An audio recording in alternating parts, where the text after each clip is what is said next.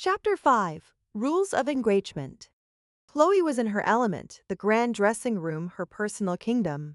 It was a space born of Liam's desire to lavish her with beauty, with walls of ivory paneled closets housing cupboarded collections of couture, and a central island of polished marble displaying velvet-lined trays of glittering jewels. She stood before a triptych mirror in a silk robe, humming softly, a cascade of gowns, a blood-red silk, an emerald green velvet, a scandalous silver chainmail laid out on a chesed lounge.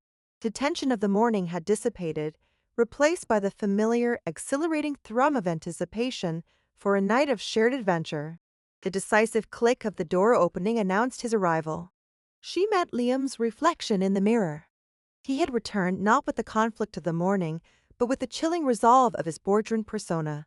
The Titan was home, and he had made a decision. "We're going," he said. There was no question in his voice, only a declaration. He walked toward her, his eyes sweeping over the displayed gowns before settling on her face in the mirror. His gaze was intense, proprietary. A slow, knowing smile curved Chloe's lips. She turned to face him. "I thought you might come to that conclusion. But we don't play by the Astor's rules," he continued, stopping just before her, invading her space, his presence a magnetic force. "We play by ours, and tonight we clarify them."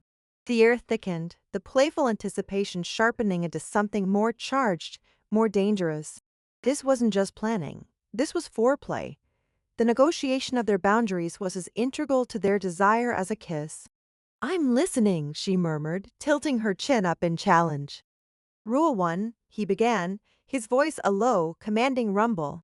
He reached out and picked up a heavy diamond necklace from the marble island, letting it drip through his fingers like captured starlight. "You wear these.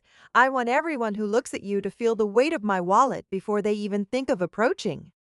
"A beautiful leash, darling," she purred, her eyes glittering. "I accept, on one condition." "There are no conditions."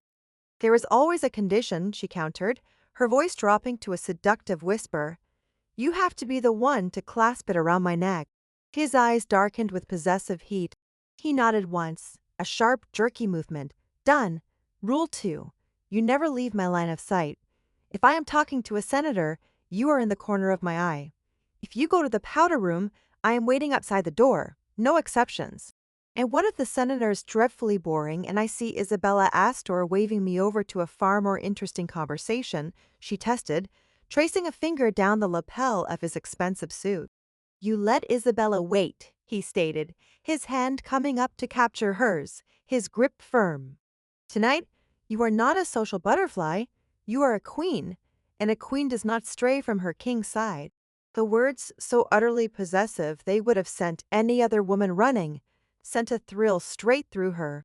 He wasn't caging her, he was elevating her, creating a narrative for the evening where they were the unshakable center of a chaotic universe.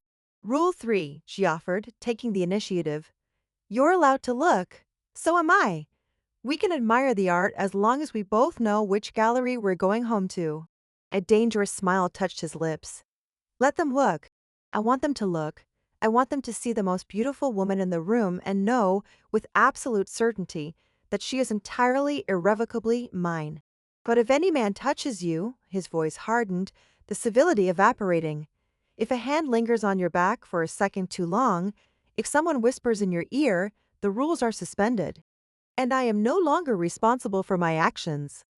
The raw, primal thread underlying his words was a potent aphrodisiac.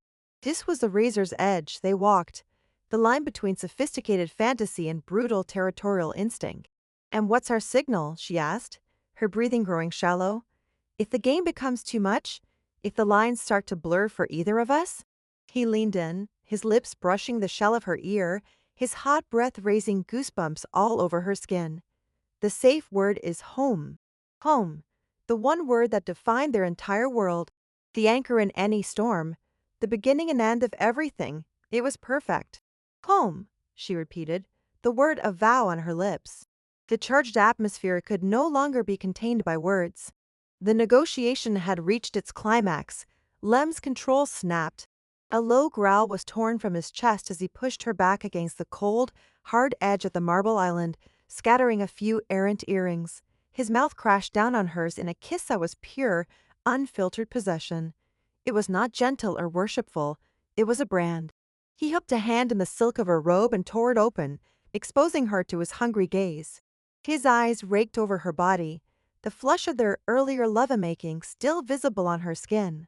Before we go anywhere, he rasped against her lips, his hands roaming her body, staking their claim.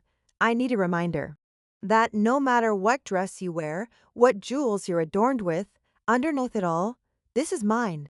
The planning session devolved into a raw, primal act. He lifted her onto the island, her back against the cool mirror, forcing her to watch. To see his reflection looming over hers, the absolute dominance in his posture, the helpless surrender in her own, it was a potent, dizzying sight. He took her right there amidst the diamonds and the silk, with a ferocity that bordered on violence.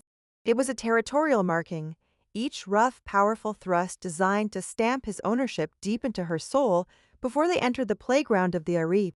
She met his raw energy with her own, her legs wrapping around his waist, her nails digging into the fine wool of his suit jacket, pulling him impossibly closer. This wasn't about lovemaking, it was about power, a primal, frantic reassertion of his claim. He was marking his territory, ensuring his scent, his touch, was the last thing she felt before they stepped out into a world of temptation. Her climax was a sharp, guttural cry, her name a broken curse on his lips as he followed her over the edge. Afterward, he didn't move, burying his face in the crook of her neck, his harsh breath slowly evening out. The silence returned, heavy and profound, broken only by the faint ticking of a clock somewhere in the vast room. Finally, he lifted his head. His eyes, clear and intense, met hers in the mirror. "The red dress," he said, his voice husky but firm. "I want them to see fire." He helped her down, his movements now gentle, reverent. The storm had passed, leaving behind a united front. The rules were set. The claim had been made. As he turned to strip off his own travel-worn suit, Chloe selected the crimson gown. The decision was made. They were a team, a single entity walking into the fray. But as she slipped the cool silk over her skin, a shiver that had nothing to do with the lingering aftermath of their passion traced its way down her spine. The unspoken question hung in the glamorous, charged air of the room. They had their rules, they had their bond, but they both knew the truth. Rules were only as strong as the temptations designed to break them. And they were about to walk into the heart of temptation itself.